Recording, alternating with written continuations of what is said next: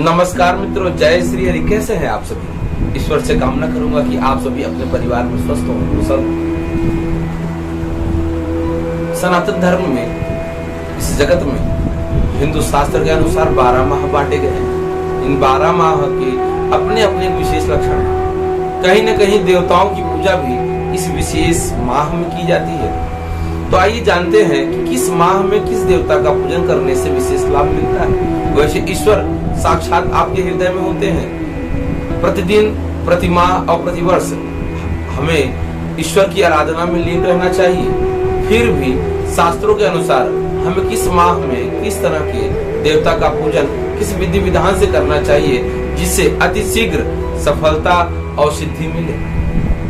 Hindi calendar के अनुसार प्रत्येक मास में अलग अलग देवताओं का उपासना का प्रचलन है, क्योंकि उक्त माह में प्रयुक्त यह कुछ विशेषताएं होती हैं। तो आइए जानते हैं। हिंदू माह में सबसे पहला माह चैत्र मास, दूसरा वैशाख, तीसरा जेठ, चौथा आषाढ़, पांचवा श्रावण, छठवां भाद्रपद, सातवां अश्विनी, आठवां माह कार्तिक, नौवां माह मार्गशीर्ष, 10वां माह पौष, 11वां माह माघ और 12वां माह फाल्गुनी माना जाता है। तो आज हम शुरुआत करेंगे हिंदू माह की शुरुआत से, चैत्र मास से। चैत्र मास में सूर्य देव, भगवान राम और हनुमान जी की पूजा के साथ माता दुर्गा की पूजा करनी चाहिए। इस माह में नवरात्रि का व्रत भी रखा जाता है। दूसरी कड़ी में दूसरा माह वैशाख माह में भगवान परशुराम, माँ गंगा, चित्रगुप्त, भगवान नरसिंह भगवान की पूजा करनी चाहिए। वैशाख माह की शुक्ल पक्ष की नवमी को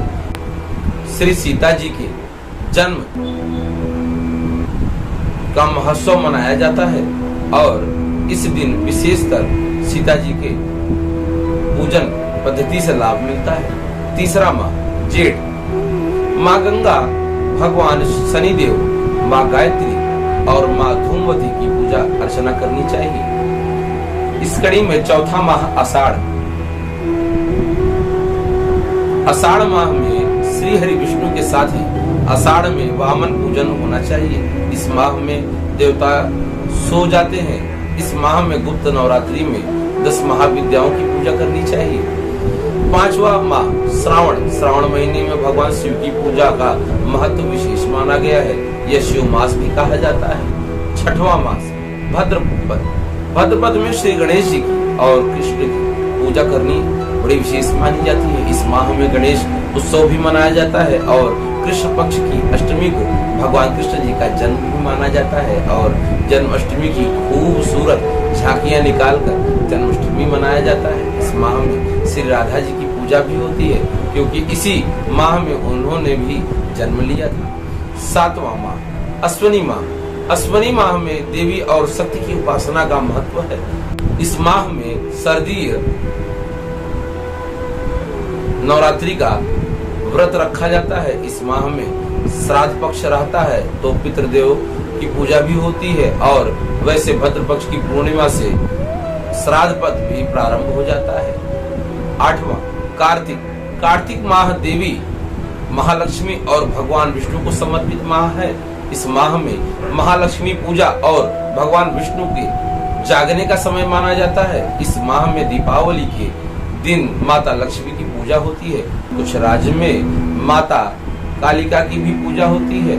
इस माह में धन्वंतरी देव, कुबेर, यमदेव, चित्रगुप्त, श्री कृष्ण आदि की भी पूजा की जाती है। नौवां मास मार्गशीर्ष, इस माह में गीता जयंती रहती है। श्री कृष्ण भगवान दत्तात्रेय, सत्यनारायण भगवान की पूजा, पितृदेव की पूजा, भैरव पूजा आदि की जाती है। 10वां माह पौष माह में भगवान विष्णु और सूर्य की उपासना का विशेष महत्व माना जाता है। 11वां मास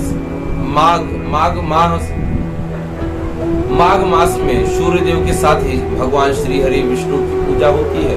इस माह में भगवान माधव की पूजा करने से उपासक को राजयुक्त यज्ञ का फल प्राप्ति होती है। इस माह में गुप्त नवरात्रि भी होती है तो माँ दुर्गा के 10 महास्वरूपों का यथार्थ 10 महाविद्या का पूजन किया जाता है। 12वां और अंतिम मास फाल्गुन, इस माह में प्रहलाद और नरसिंह भगवान की पूजा के साथ शिव जी और कामदेवी की पूजा भी की जाती है। इस माह में महाशिवरात्रि भी पड़ती है। इस माह में श्री राधा और कृष्ण की पूजा की जाती है। इस माह में सीता की भी पूजा की जाती है, क्योंकि एक अन्य मान्यता अनुसार उनका जन्म इस माह में भी हुआ था।